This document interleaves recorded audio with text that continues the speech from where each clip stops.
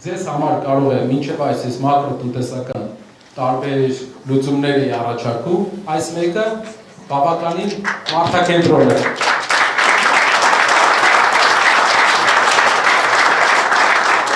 Մենք գրել ենք 20% էժան դեղորայք, բայց դա գրել ենք նրա համար, որ գերակատարենք այդ ծրագիրը։ Ինչու՞։ Ուսումնասիրել ենք, գիտեք, Վրաստանի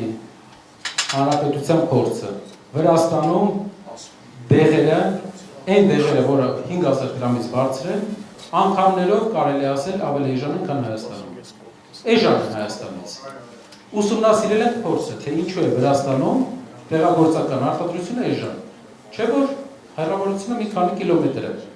Պատասխան. պետությունը բանում է մի քաղաքականություն, որը կոչվում է ERP, այսինքն պետությունը գնում է եվրոպական այն երկրները, որտեղից որ գնում է դեղ վրացական գործարարը, բիզնեսը, եւ հաշվում է, թե այդ դեղի գնման պարագայում մինչև Վրաստանը հասցնել, մինչև շահույթ ունենա, ինչ վերին գին պետք է ունենա այդ դեղը։ Եվ դնում է վերին գին դեղի վրա։ Այս քայլի արդյունքում 3 ուրիշ քայլեր են արել, բայց այս քայլի արդյունքում կարողացել են ապահովել դեղերի գնի շեշտակի անկում։ Մեր համար, մեր տարիքայինների համար, մի անգամ ասել եմ, հնարավոր է սա կարևոր չէ, բայց կենսաթոշակային տարիքի մարդկանց համար, այսօր ես էլի խոսում էի,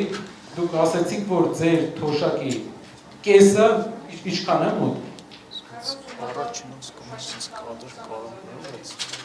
40,000 թոշակի պարագայում 20,000 վճարվում է դեղերի համար։ Դեղերի գնի շեշտակի անկումը